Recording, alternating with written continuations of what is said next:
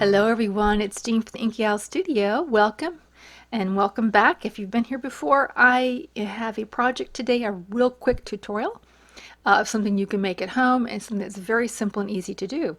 We're going to be turning any kind of ephemera, and in this case I have a glossy photograph that I have printed out from a digital, and we're going to make it more vintage and look like this, like it's actually been aged. So this method will work on anything, doesn't have to be a photograph. I just am choosing that here. I've also got other pieces of ephemera to show you how it looks on that as well. Initially I would use the Distress Collage medium from Tim Holtz because it has like this a vintage color to it and would make things look that way. But my challenge was, and this is true of any kind of a decoupage medium, it seems like there is this glossiness to it that to me just takes away from a vintage look to it.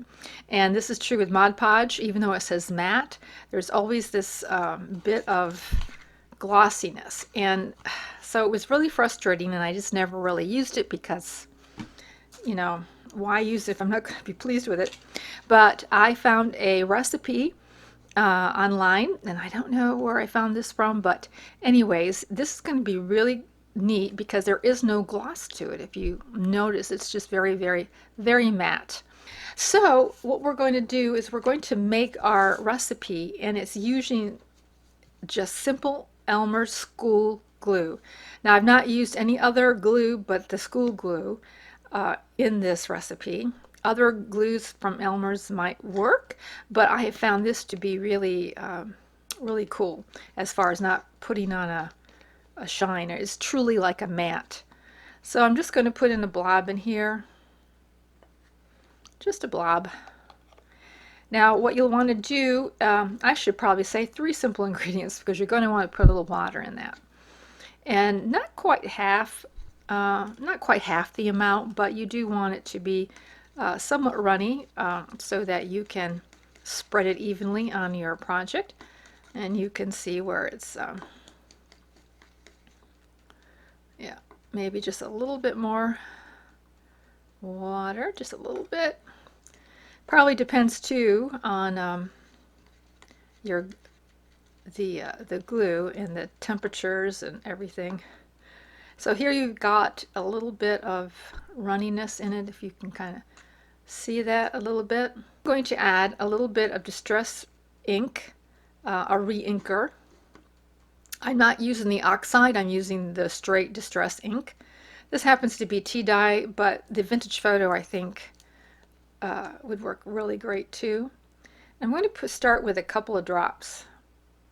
Now this is going to be to your taste, so what you may want to do is you may want to start with a couple of drops and put it on a little piece of test paper, or on a test project. Let it dry and see if there's enough shading for you, or if it's too much, and you can start over and readjust. This can also you can also put in more than one coat, so maybe if you made it on the lighter side, you can just put 2 coats on, that type of stuff. We're going to get it stirred up here. So that's like a caramel shade there.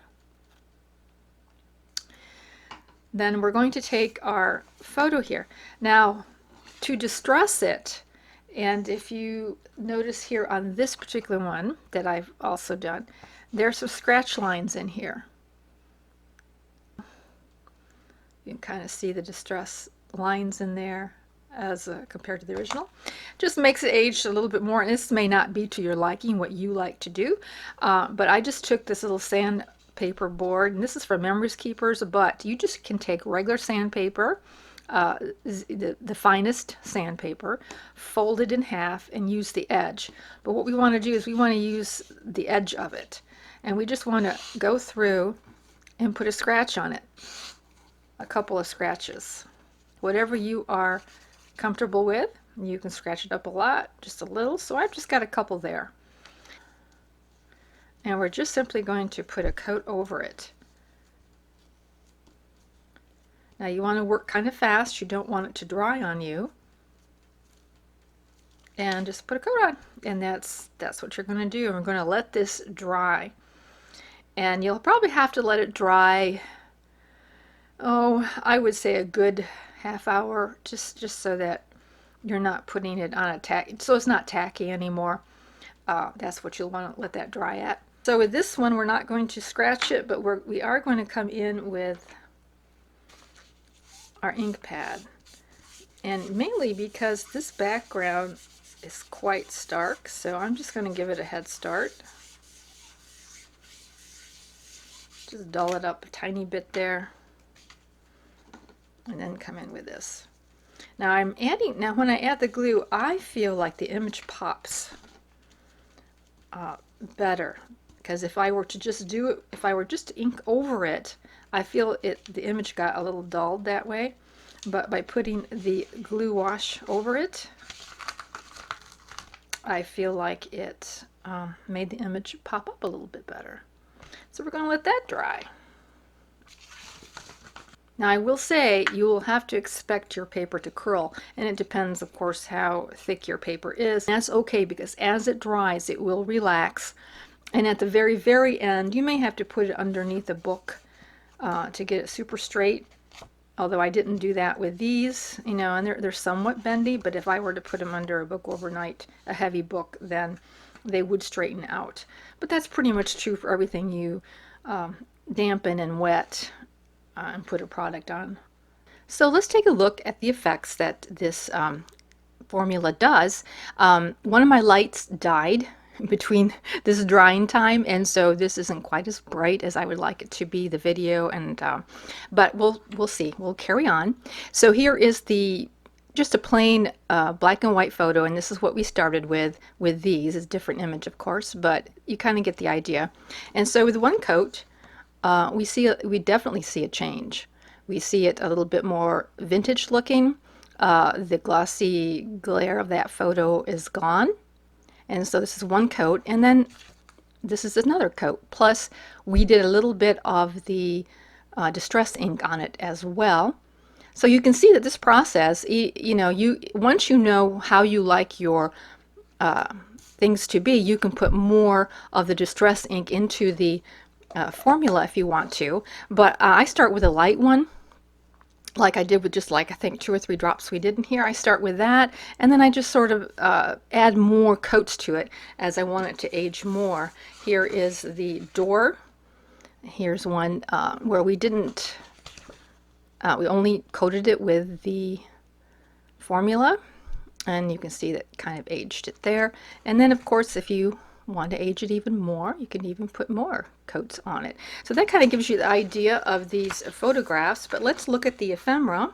But here is the original print of this piece of ephemera, and it's already somewhat aged. So we put another coat onto it, and you can see the slight deepening of that vintage look. And then here is very deep, because with this one I used distress ink to kind of ink over a little bit. Of course, I put the scratches on and another coat. So you can see that you can just age them just as much as you would like. Here is here's this print, and they were all like this with this creamy background. But here it is with one coat, and it just brings it down, tones it down. Another one, and here is even more inking and more coats. A second coat. So this is, I'm just excited about this, because sometimes you get things that you just want aged. So here's a digital, it's like a little book cover, and it's very white. I mean, it is white, right? A little bit stark, because what I was making was vintage stuff. And so by putting a coat of this on, it just tones it right down so that it kind of matches the other vintage pieces I had in the journal. The birds, the original, and one coat, and then a second coat. So it's just really fun, and you are in control as to how much you want it to age, unless you add more drops to it. And so that's what I have for you today, and I so happy you joined me. And if you enjoyed this video and you enjoy learning little tips and tricks, please subscribe and like the video. It really, really helps me out immensely. And we will see you again real soon. Bye.